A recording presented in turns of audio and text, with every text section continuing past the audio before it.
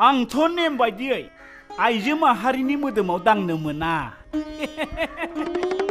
थेवब्लाबो नों सुन्दरिया फैबाय जेब्ला नायनानै होनोसै आङो। उसुबिदाया मामोनलाय नोंनिया? माबाहाय आबौ। इउ आर रं। आंखो आदासो जागोन। दे होमबालाय आदा। हरिओम।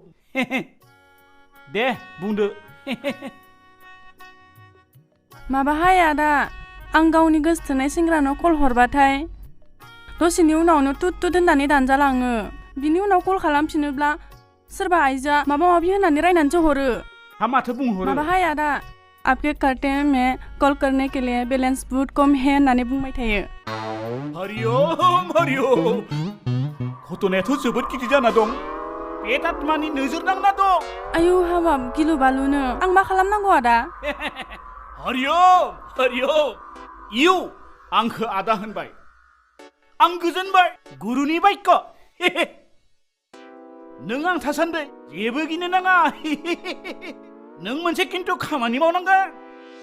आंनो नों 1000 रां हरनाय।